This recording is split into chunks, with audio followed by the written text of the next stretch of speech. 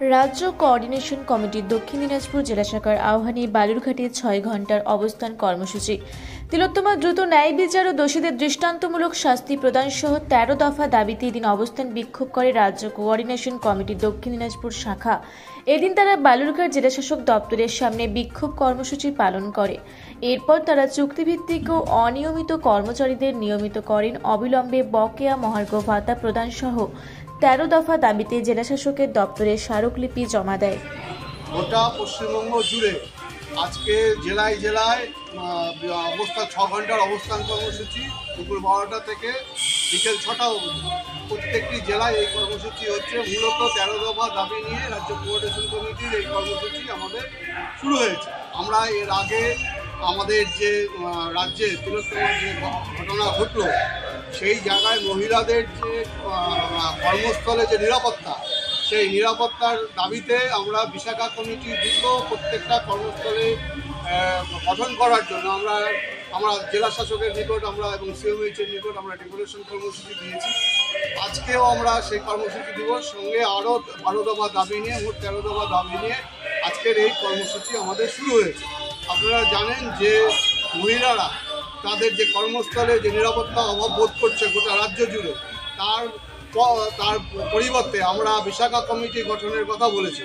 আপনারা জানেন যে 2011 সাল থেকে রাজ্য কোঅর্ডিনেশন কমিটি লাগাতার আন্দোলন কর্মসূচির মধ্যে রাস্তায় আছে।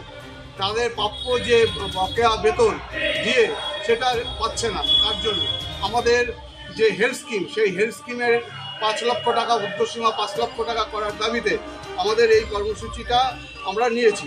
স্বাস্থ্য প্রকল্পে যে দুর্নীতি এবং থ্রেট কালচার শুরু হয়েছে গোটা রাজ্য জুড়ে, যে শাসক দলের পক্ষে যদি কথা না বলা হয় তাহলে দেখা যাচ্ছে যে সেই সব কর্মচারীদের তারা অন্যত্র ট্রান্সফার করে দিচ্ছে।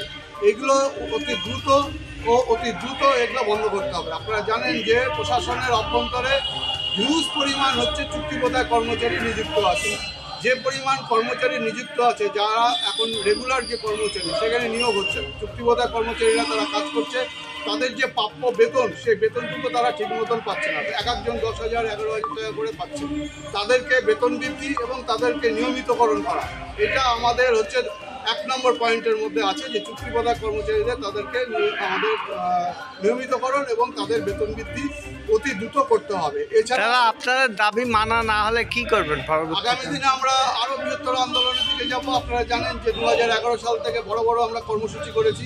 এখন পর্যন্ত যতটুকু কর্মচারী সমাজ পেয়েছে তা রাজ্য কোঅর্ডিনেশন কমিটির আন্দোলনের পক্ষে ছিল এবং কর্মচারী আন্দোলনের পক্ষে ছিল বলেই আজকে এই যতটুকু পেয়েছে সেটা রাজ্য কোঅর্ডিনেশন কমিটির এই আন্দোলন কর্মসূচির জন্য। আগামী দিনে যদি আমাদের এই দাবি না মানা হয় তাহলে আর বৃহত্তর আন্দোলনের দিকে আমরা অগ্রসর হব। দাদা, আপনার নাম? আমরা পার্থ সরকার। বালুরঘাট থেকে বিদ্যুৎ কুমার মাহাতোর রিপোর্ট, রূপসী বাংলা মিডিয়া।